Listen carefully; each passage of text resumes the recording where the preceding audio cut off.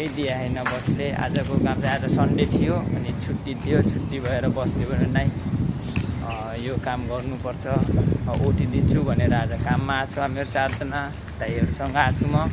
आजको काम केही छैन, यो चाहिँ यो जेसिबी उ गर्दैछ, यो चाहिँ उ गर्ने हो, यस्तो हेर्ने के ऊ त्यहाँ दाइ जस्तो दाइ हुनुहुन्छ, दाइ हेरिरहने यस्तै हेर्ने काम हो। अब मलसियामा गाह्रो हुन्छ, यता हुन्छ उता हुन्छ भन्छन् कोही। हामीहरू सुपर मार्केटमा हो, अस्ति आगो लागेर यो चाहिँ नयाँ सुपर मार्केट बनाइरहेछ, आइरहेको छ। हामीहरू यहीँ बनाउन आउँछौँ हामीहरू।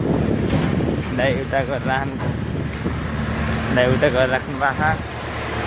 अनि अब साथीहरू के गरिरहेको छ, साथीहरू मलाई हेर्नु भने चाहिँ सबैलाई एउटा साथी यस्तो काम गरिरहने, यो चाहिँ भर्खर अस्ति आगो लागेर यो चाहिँ अब नयाँ बन्दैछ। यो चाहिँ हामीले काम गर्यो सबै। अब परदेश जिन्दगी यस्तै हो, अब जे काम बन्यो त्यही गर्नैपर्छ। अब साथी चाहिँ यता काम गर्दैछन्।